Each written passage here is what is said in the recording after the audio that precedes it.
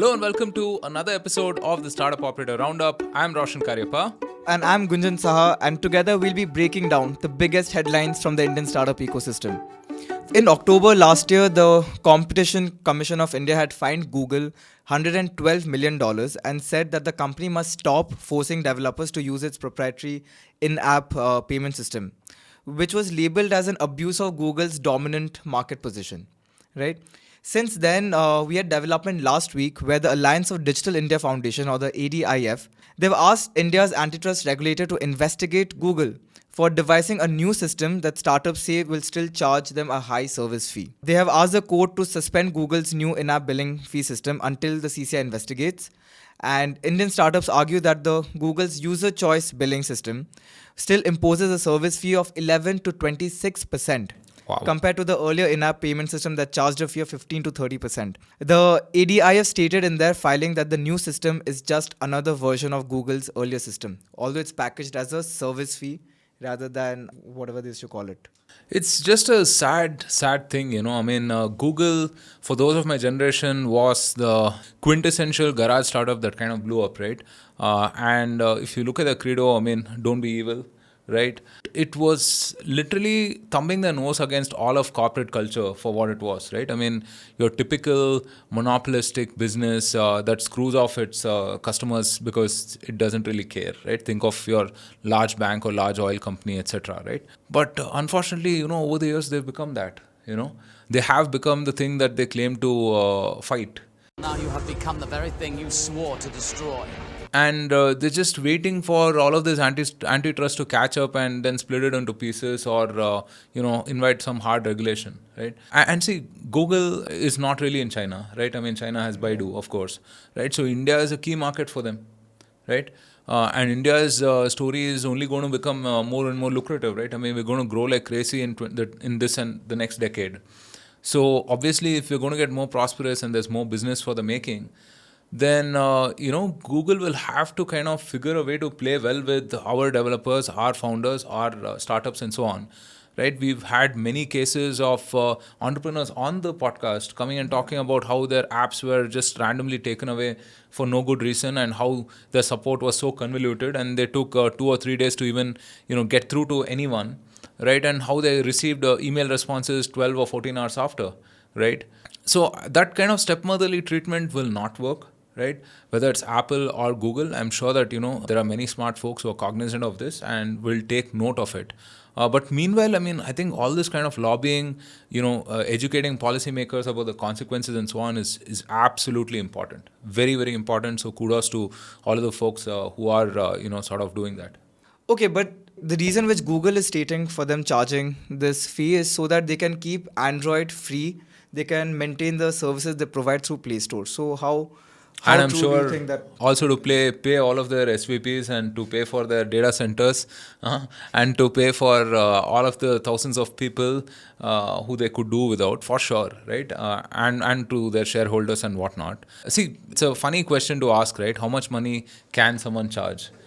They own the platform. Obviously, it's up to their discretion in order to extract the value from that. But also, when it gets to a point where it becomes so important and so large and so monopolistic, right, then you're going to invite regulation. And, if I was Google, I would be very, very careful, right? Because, you would rather be amenable to your developer ecosystem than, force your way in and then invite this kind of hard regulation.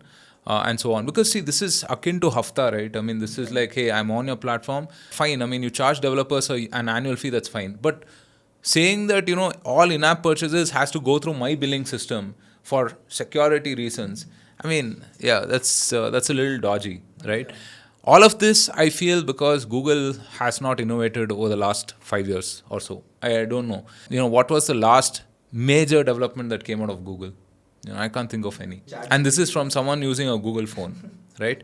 Yeah. No, but right now Google is making some good inroads with its Bard AI. Right, they have integrated that with Google Workspace. So that's like ChatGPT in the workspace. So you don't understand the expectations that we had from Google. Google had this Google X project, right? Where they were the first ones. They were the first ones considering, hot air balloons for bandwidth, right? Whatever Starlink is doing. right? They were the first ones to consider VR, AR, or rather, they were, among the first ones to think of consumer appliances on that front, right? You can look at Google Lens, for instance, and so on, right? The kind of expectations that we had from Google 15 years back or so was that it would be a super innovative company, right? Think of flying cars and so on, right? But instead, we have billing fees. So, No, I still remember when I used to attend these early startup events, right? Anytime someone would pitch, the first question, like many of the people would ask is, why can't Google build it? yeah, exactly. People used to think that Google is that big that whatever idea you can think of, Any someone software would- idea, Google any would software have it. idea, and it turns out that Google can't build it, right, because of all the size and complexity and the red tape and whatnot of a larger organization, and B, it's really really hard to build things. It's really hard. Even for Google, it's very hard, right? So for this week's Talk of Town section, we have this tweet by Mark Randolph, the co-founder of Netflix, where he says that in 2000, at the depth of the dot-com crash, Reed Hastings and I tried to sell Netflix to Blockbuster for $50 million. They laughed us out of the room. Today, the company they could have bought for $50 million has a market cap north of $150 billion. And the company that once had 9,000 stores is down to a single one. So what lessons do you take from this? That it's possible for a handful of people with no prior experience in the video business to take down a $6 billion category leading company? Sure. But I think the more important lesson, a lesson that Blockbuster learned too late, is simply this. If you're unwilling to disrupt yourself, there will always be someone willing to disrupt your business for you. So do you think Google should take this advice with a pinch of salt? For sure, maybe not with a pinch of salt. I mean, they should print this out across all of their office halls and whatnot, right? Just look at ChatGPT, for example. Now, I am on record saying that, ChatGPT will perhaps kill 70-80% of search, Google search as we know it. Because wherever you need a ready answer, wherever you have some intuition, maybe 60% sure that, of what the answer could be like, or definitely are sure of what it can't be like, and where the consequences are not very, very big, right? You will use ChatGPT, right? You will not scour through results and whatnot. And, I'm talking even a couple of years from now or so on, right? And I think Google search will be relegated for research purposes, where you have to compare, contrast, look at different views, perspectives, and you have to go really deep. But I think GPT-4 does a pretty kick-ass job for that as well. Right, so I think what area this whole research or traditional search practices will still remain relevant is if you're actually deep diving into some specific nuance or a topic within that domain. Sure, but see, the point I was trying to make is, these stats would come out in terms of who has the most number of AI researchers and data scientists and everything, and Google would rank number one routinely in these rankings for years and years. Right, and yet, I mean, you're seeing the innovation come out of companies like OpenAI and now Elon's X.AI as well, right? So yeah, I mean, this is a lesson that perhaps Google should learn from. Yeah. All right, folks, of course, if you're a regular listener to this podcast, please do let us know how you're doing in the comment section below, and do leave us a review for this episode.